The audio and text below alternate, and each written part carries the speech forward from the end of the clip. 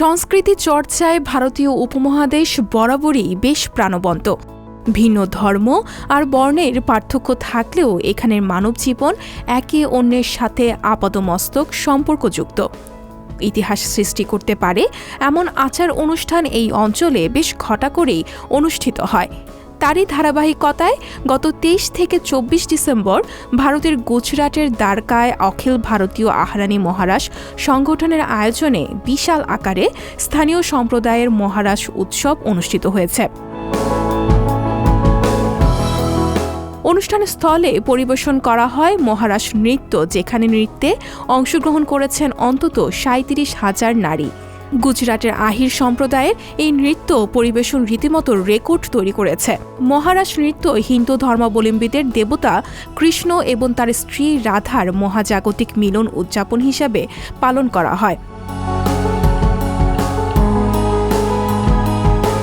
সনাতন ধর্মাবলম্বীদের শাস্ত্রমতে বানাসুরের কন্যা এবং শ্রীকৃষ্ণের পুত্রবধূ উষার রাশির স্মৃতির প্রতি উৎসর্গ করে এই মহারাস উৎসবের আয়োজন করা হয়।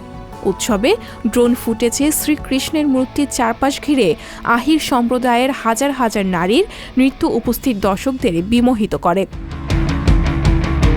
বিশেষ এই নৃত্যে অংশগ্রহণ করা সকল নারী লাল শাড়ি এবং তাদের ঐতিহ্যবাহী গয়নাতে সজ্জিত ছিলেন, আর সাজে ছিল সনাতনী ধারা।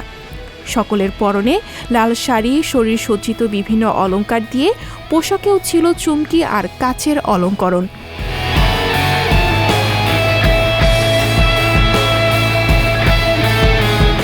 কথিত আছে দেবতা কৃষ্ণ একবার ঢোল বাজাচ্ছিলেন, তখন সেই ঢোল বাজানোর তালে অংশগ্রহণ করেছিলেন অগণিত নারী। সেই ঘটনাকে কেন্দ্র করে প্রতি বছরই মহারাস আয়োজন করা হয়। দ্বারকার এই মহারাতে অংশ নিয়েছিলেন গুজরাটের বিভিন্ন প্রান্তের নারীরা। কৃষ্ণের মূর্তিকে ঘিরে তারা গোল হয়ে নাচে অংশগ্রহণ করেন। মহারাসের শুভ সূচনা হয় নটপালা কীর্তন দিয়ে।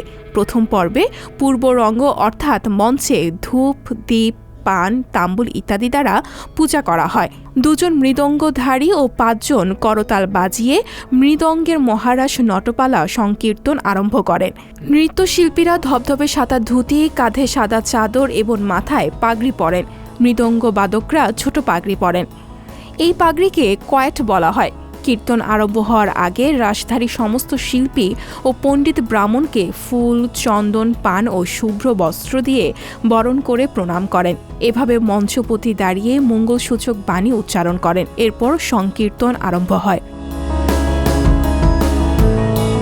সঞ্চিতা শম্পা, সংবাদ প্রকাশ।